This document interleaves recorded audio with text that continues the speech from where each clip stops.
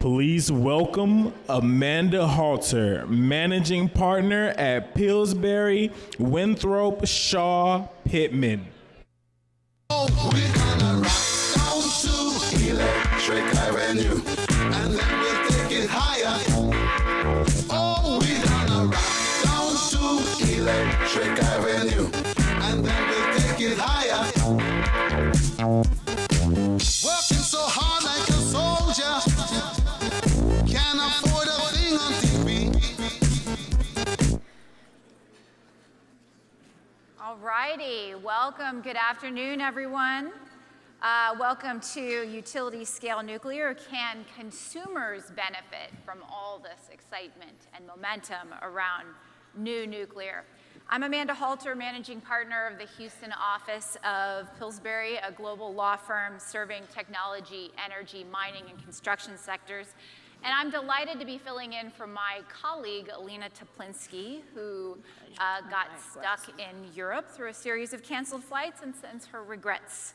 But the show must go on, and what a show it is with this stellar set of panelists representing utilities, technology developers, and public voices to explore how large-scale nuclear truly can serve consumers as well as our industrial users and ambitions and data centers. We have with us here today Jim Smiley, Senior Manager for Advanced Nuclear Development at Entergy, an electric utility that serves 3 million plus customers in Arkansas, Louisiana, Mississippi, and Texas. We also have Isabelle Boemeke, author of the recently released best-selling book, Rad Future, that was published in August, which is reshaping the public narrative around the promise of nuclear. We have to her right, James Wyble, Vice President of AP 1000, Project Development North America for Westinghouse, which is pushing out a pipeline of their modular Gen 3 plus large 1,100 megawatt pressurized water reactors globally and in North America. And last but not least, we have Elaina, who is the Chief Strategy Officer at CPS Energy, an electric utility serving over 1 million customers in and around San Antonio, Texas. And she oversees the execution of CPS's Energy Vision 2027. And we've convened this group for you here today to have an especially timely conversation as we see renewed interest in advanced nuclear designs and efforts to decarbonize power while maintaining reliability, even as demand grows dramatically.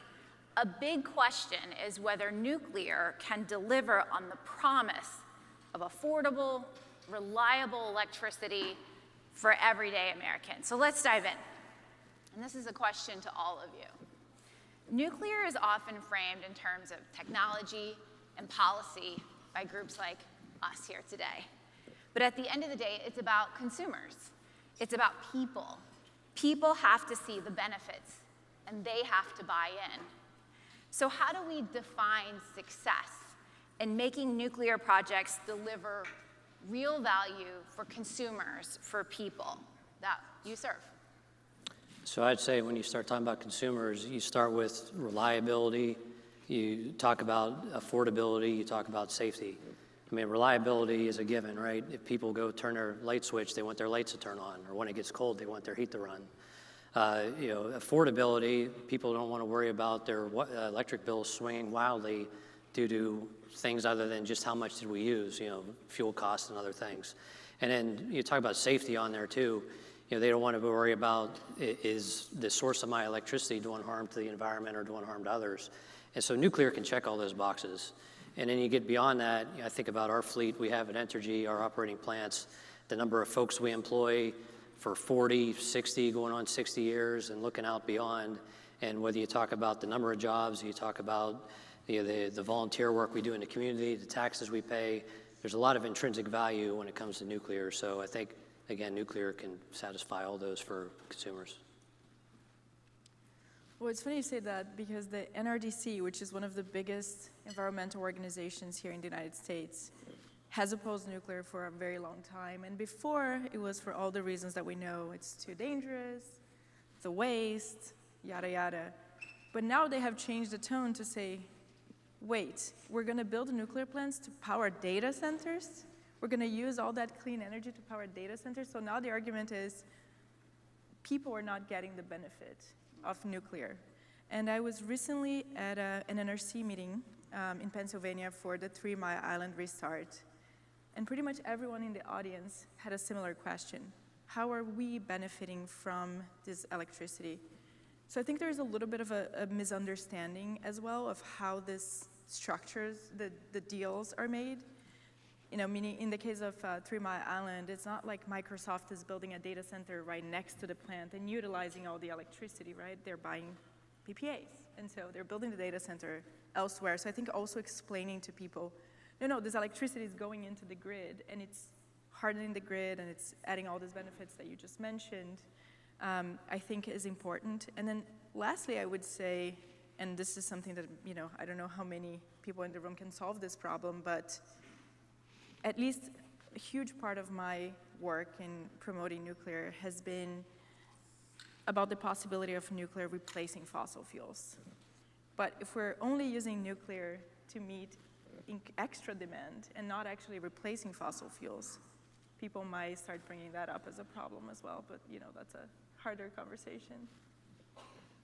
Yeah, no, that's good. And you know, kind of a little bit of repeat and building on what Jim and company has been talking about, but, you know, demonstration for, you know, nuclear, it's not a 10, 15, 20-year asset. You know, we have plants that have been built in the 70s and 80s, and we're talking about these things as generational assets that are going 60, 80 years, and even talking beyond that. So we're talking about putting things in place that brings benefits for generations to come. The other big thing, you know, for demonstrating it too, is making sure that, you know, when we go build, that we're building with consistency, right? So we're building on time, we're building on budget, we're building to what we talk about, what we're going to do. And that's probably the most difficult part about bringing new nuclear to the front, especially when you're talking about first-of-a-kind technologies, is demonstrating that you can do that in the beginning.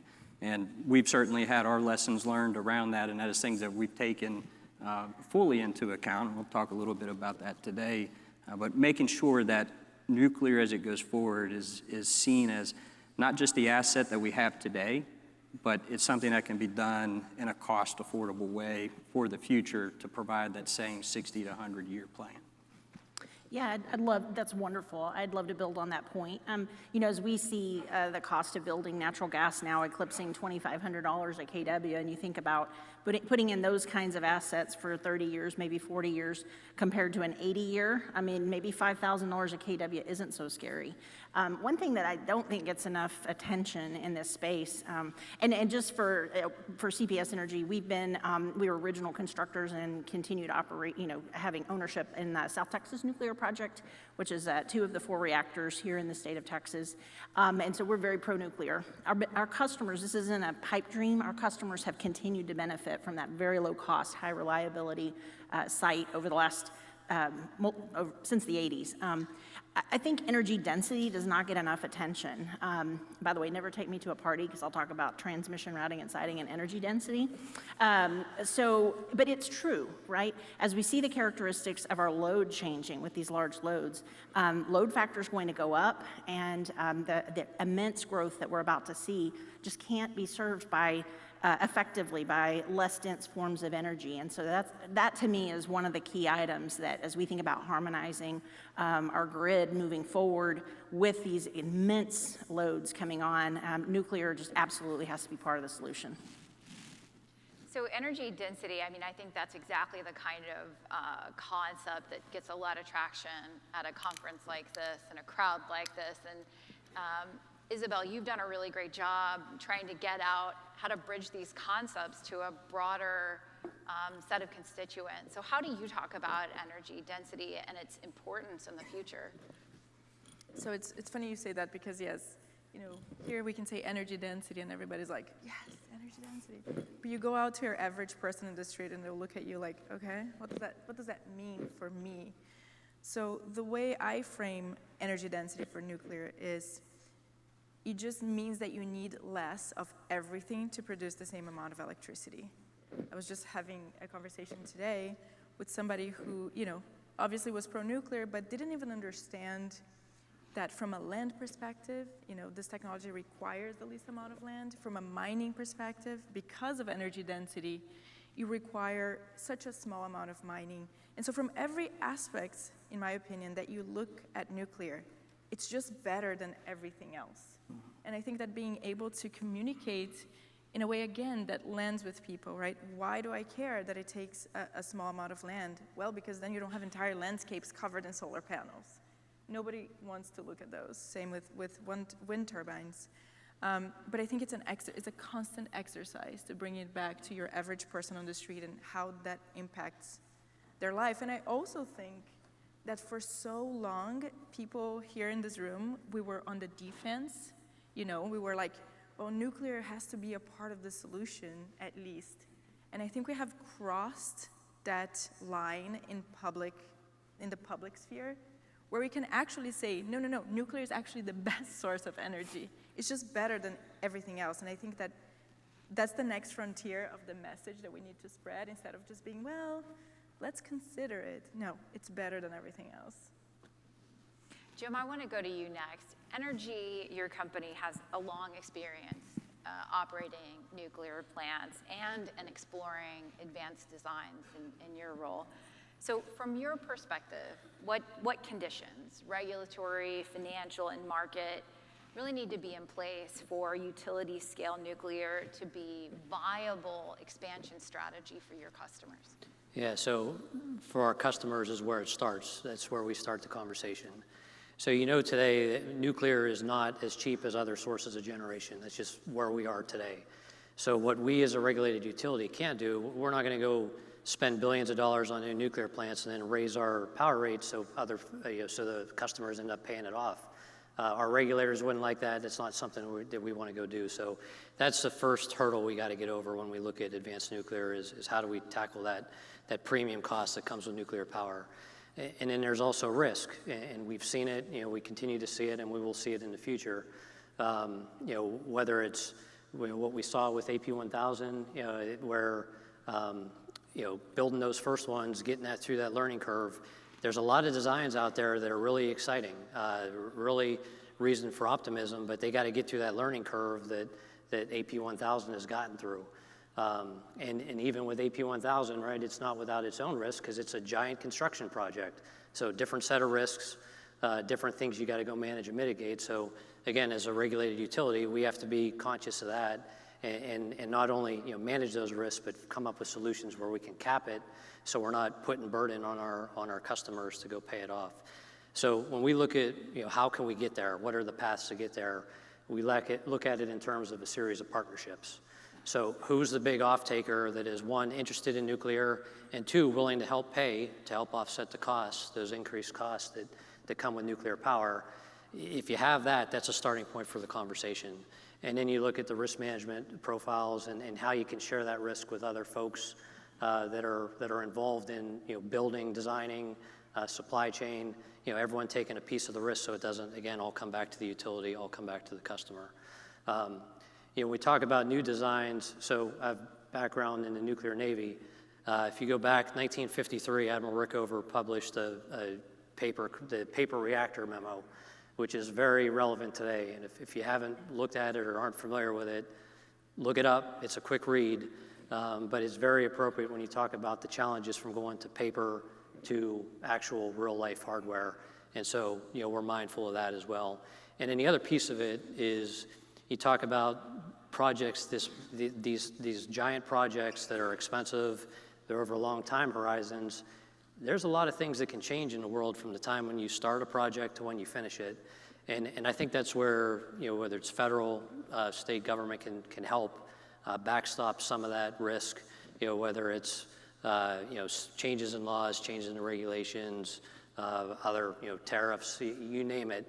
There's a lot of things that can happen that could significantly impact the cost of a project. So we're trying to find solutions for all those different things, which is not an easy thing to go do, but that's how we view it. So James, I think Jim gave you a shout out, so I'm going to go to you next. So Westinghouse is advancing the AP1000. That's y'all's design. It's a proven design. It's been operating outside of the United States for several years now, as well as new SMR and microreactor concepts too. So, from your perspective, which innovations in construction, supply chain, project delivery are really showing the most promise to deliver projects on time and on budget and reduce risks for utilities and their ratepayers? Yeah, so kind of to answer that question, I got to start with in what would be first of a kind, right? And you need to be in a place where your design is complete. Okay, that's the first thing that is typically underestimated, and we underestimated it when we did the AP1000. There's a difference between saying you've got a license and a design certification versus you actually have a complete construction-ready design. And so that is a huge piece, because when you sit back and look at when you build nuclear plants, the most expensive part of building is not the equipment. It's actually the labor and the resources once you start building that you're putting onto the site. So any delay that you have, whether it's finishing a design so you can go put a cable in a spot, or having to reroute something, or having the components on site, that is huge expense when you think about it. And that's what we're focused on now, having fully completed design, certified, and operating. You then transition to how do you make sure the construction process goes without delay. If you kind of take a step back from there, you look at innovations, which I don't really call this an innovation, but go back into the 70s. France took that philosophy when they took our design, which is the Beaver Valley 900 megawatt plant, and they came straight out and built 30 of those. And in a 10-year period, this is non-modular, by the way, stick-built nuclear plants. They're putting out 1 a quarter, okay, with large nuclear plants. And how did they do that? They set up the supply chain, they delivered the equipment, they built the labor pool, and then you transfer from site to site to site, and everything started to come together. When we look at today's innovations, and we now have modular technology, which our large reactor is a modular reactor. It's built like a Lego set. We go make components that are shipped by truck. It's the same thing for SMRs. You ship them by truck, you deliver them to the site, and you put them all together. And sticking with that philosophy, if anybody's got kids like I do, you go build a Lego set. The most annoying piece of building a Lego set is when you get to a spot and you realize you don't have all the pieces in the package. So taking that same philosophy is critical. Now, going from there, you get into what else can happen. So how do you make the construction process more efficient? And we're turning to one of the same technologies, or big technologies that's driving a lot of our energy growth, and that's AI, okay? So when you think from an innovation standpoint, AI brings new capabilities to look at the construction process, everything from scheduling to work package development to managing your resources on a daily basis, and how you set everything up. So we've actually partnered with Google Cloud AI Services with our Bertha and Hive AI models, diving into that today with the heavy focus of making sure you're optimizing the construction and managing the construction, because that's where your risk goes. And if I take the final step back on this, is you go look at China today. They went and, people probably know the story. They selected a whole bunch of technologies, built a few of them. They ended up choosing one technology to move forward, which happened to be the AP1000, and are building that. They went from, their schedule, which was also delayed, to announcing a 4.5-year schedule for their reactors. And now they're actually ahead, okay, by 6 months and continuing to move forward. So, and it's all building on that philosophy of get your components built, get them on site, don't start first nuclear concrete until you have complete design, things ready to go, and then you manage the construction. So you mentioned AI as a key tool that you guys are exploring as ways to speed up the construction process. How do you see that intersection with workforce and what the workforce looks like for you? Yeah, so when you think about the workforce, the most annoying thing to a worker when they come on site is they find out that they can't work on something, right? And so using the AI models, you can sit down and, as soon as a person comes in without any hesitation or trying to figure out what it goes, it can already be laid out to where they're coming in and the assignment's being handed to them, and there hasn't had to been any thought, whether there's a delay or an impact in anything else. And you can think bigger, from that perspective, is just figuring out where those resources are, what those criticalities are, and how to work with the trades and the constructors and develop those resources to make sure they're ready to go. And there's things that we're doing in the engineering world, right, with the design and management there to make it easier for the engineers as we centralized our design capabilities around this to be able to support multiple construction projects at one time. So, Elaina, coming at this from the perspective of a municipal utility that has set an ambitious, vision for a clean energy portfolio, you're already heavily reliant on nuclear in your current mix. How do you evaluate whether and to what extent new nuclear belongs in your mix? Yeah, it's a great question. We do have a forward-looking Horizon 2050 set of objectives, and we are very laser-focused on reliability first, affordability very close second. Those have to be met. I can't underscore how much we learned from Uri, and we absolutely will make sure that we've got a diversified portfolio. For the non-Texans, that's when we went dark in 2020. We went dark. It was a real come-to-Jesus moment. It literally was, and certainly, we are transitioning to cleaner sources of energy. But we do see nuclear as continued part of our portfolio, and I would say, I know we focus on kind of utility scale, but there's also some really unique applications. So we've formed a memorandum of understanding with our Joint Base San Antonio partners. We have one of the largest group of military installations in the world. And, we certainly see customers, specific customers with resiliency needs and other attributes being ideal candidate sites where we can layer benefits over and above just your bus bar cost associated with the technology. To focus on some other customer attributes. And, we do see a combination and look at kind of a spectrum of nuclear technology, including, including potentially customer-sided SMRs. And I would say even beyond that, we're only about a 6 gig peaking system, but I have multiples of gigs in my queue because of all of the things that you heard Glenn talk about relative to Texas. And so, again, back to energy density, reliability, and affordability, nuclear